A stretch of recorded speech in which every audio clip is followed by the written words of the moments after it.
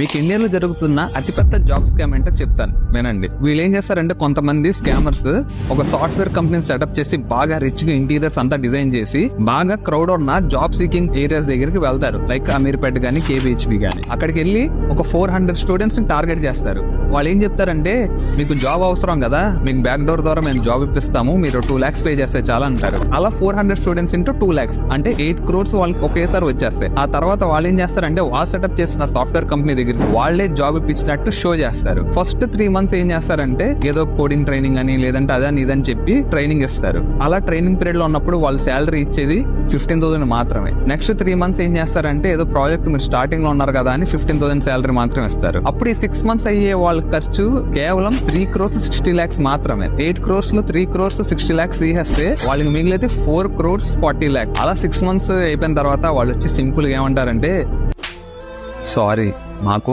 Recession వల్ల projects ఏం రావట్లేదు, ఇప్పుడు స్టార్ట్అప్ కదా కంపెనీని రన్ చేయలేము, సో మీ జాబ్ మిమ్మల్ని తీసేయాల్సి వస్తుంది అని చెప్పి సింపుల్ గా చెప్తారు. చెప్పి కంపెనీని ఎత్తేస్తారు. సో ఎవరైనా మీకు బ్యాక్ డోర్ ద్వారా జాబ్ ఆఫర్ చేస్తామంటే నమ్మకండి. అసలు అన్నిటికంటే పెద్ద స్కామ్ ఏంటో తెలుసా? నిన్ను నువ్వు నమ్ముకోలేకపోవటం. నమస్తే. ఇది వ్యాపారం.